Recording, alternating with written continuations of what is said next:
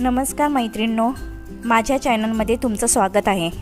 आजची रेसिपी आहे कुरकुरीत आणि खमंगीत चकली। चकलीसाठी लागणारे साहित्य: अर्धा किलो तांदूळ। तांदूळ कोणतेही घ्यायचे आहे। मी राशनचे तांदूळ घेतले आहे। अर्धी वाटी उडदाची डाळ, अर्धी वाटी मुगाची डाळ आणि 2 चमचे साबुदाणे। प्रथम कढईमध्ये तांदूळ चांगले भाजून घ्यायचे आहे। मध्यम आचेवर खमंग असे तांदूळ भाजून घ्यायचे आहे।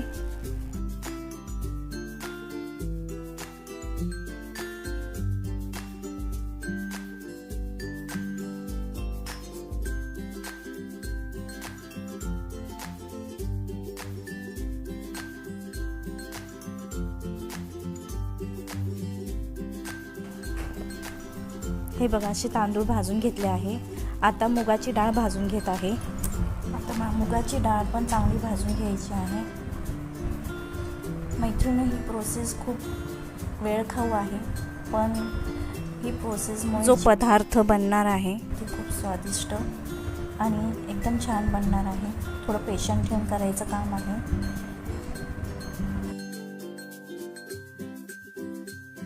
बघा, मुगाची डाळ पण भाजून झाली आहे। आता जी आपण उडदाची डाळ घेतली ती पण भाजून घ्यायची आहे।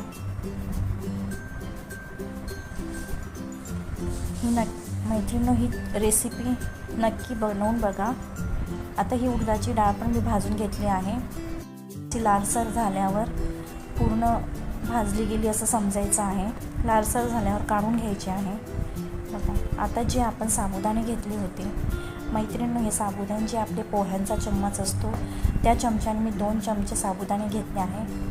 हे असं प्रमाण घेतल्याने आपली जी रेसिपी आहे ती परफेक्ट बनण्यास मदत होते। कोणती पण वस्तू जर प्रमाणात घेतली तर ती गोष्ट खराब होत नाही, ती परफेक्ट मी हे प्रमाणातच घेऊन बनवली आहे। हेच प्रमाण तुम्ही 1 किलोसाठी डबल घेऊ शकतात। बघा, साबुदाणे पण भाजून घेतले आहे। हे चक्कीवर किंवा घरघंटीवर दळून आणू शकतात। हे मी घरघंटीवर दळले आहे। आता एका पातेलीत मी पाणी घेणार आहे। मीडियम साईजचा ग्लास आहे तो मी 2.5 ग्लास पाणी घेणार आहे। 2 चमचे मी तेल टाकलं आहे त्यात। आता पाणी चांगलं गरम होऊ द्यायचं आहे। आता या पाण्यामध्ये 2 चमचे ओवा, 3 चमचे तीळ, पांढरे तीळ, 1 चमचा लाल तिखट आणि स्वादानुसार मीठ टाकलं आहे। हे चांगलं हलवून घ्यायचं आहे। पाण्याला उकळी येऊ द्यायची आहे। पाण्याला उकळी आली आहे। आता जे चकलीचं पीठ ते आता आपण टाकायचं आहे।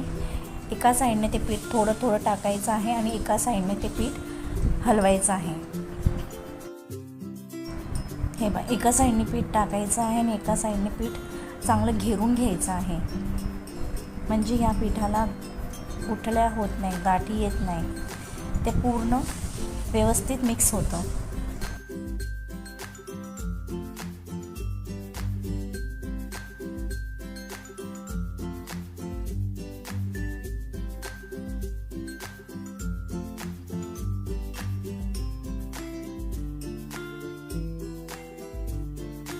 पीठ चांगलं घेरून घ्यायचं आहे। जर पाण्याचं प्रमाण कमी वाटलं तर थोडं पाणी टाकायचं आहे। मला थोडंसंच पाणी लागलं आहे। खाली उतरून थोडंसं हलवून घ्यायचं आहे आणि पुन्हा गॅसवर ठेवून द्यायचं आहे।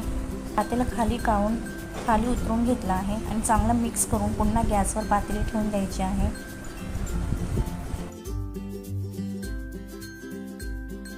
थोडंसं पाणी टाकते मी, पाणी जास्त घ्यायचं नाही आहे। साधारण मला 2.5 ग्लास पाणी आणि त्याच्यावर थोडं पाणी लागलं आहे। हेच प्रोसेस तुम्ही 1 किलोसाठी तुम्ही 3-3.5 ग्लास पाणी घेऊ शकता। जास्त घेऊ नका, वाटलंच तर कमीच घ्या आणि लागलं तर तुम्ही थोडं तुम्ही ते अंदाज घेऊन करू शकतात, पण पाण्याचं प्रमाणच घ्या। तुम्हाला वाटलं तर तुम्ही एका साईडला एक्स्ट्रा पाणी गरम करून ठेवू शकतात। थोडंसं गॅसवर ठेवून द्यायचं आहे। एक वाफ काढून घ्यायची आहे। हे बघा, पीठ चांगलं मिक्स झालेलं आहे। आता हे पीठ एका ताटात जसं आपण बनवणार तसं काढायचं आहे। ही गरम असतानाच ही प्रोसेस करायची आहे। हे बघा मी ताटात काढून गरम गरम चटके लागते गरम गरम करून घेत आहे.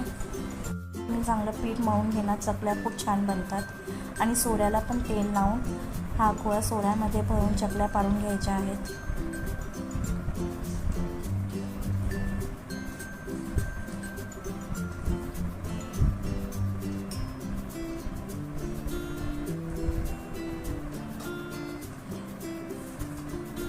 सोऱ्यामध्ये चकलीचा जो साचा असतो ना, सोऱ्यामधला जो चकलीचा साचा असतो तो खरबडीत वर ठेवायचा आहे आणि जो सपाट प्लेन भाग असतो तो खालच्या साईडला ठेवायचा. चकली अशी मस्त धारदार दिसेल.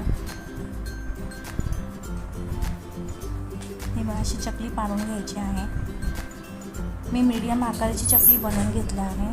तुम्हाला जशी लहान मोठी हवी तशी तुम्ही चकली बनवू शकता. एका बाजूला मी तेल गरम करण्यास ठेवलं आहे.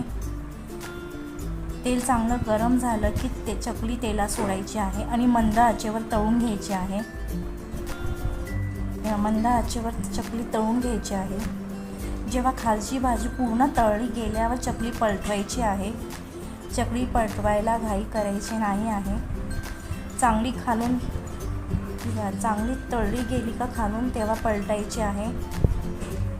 अलगद अशी तळायची आहे. खालून पूर्ण लाल करायची चकलीला. हे बघा अशा प्रकारे चकली तयार झाली आहे. मैत्रिणी माझा व्हिडिओ आवडला असेल तर लाईक शेअर कमेंट नक्की करा. धन्यवाद.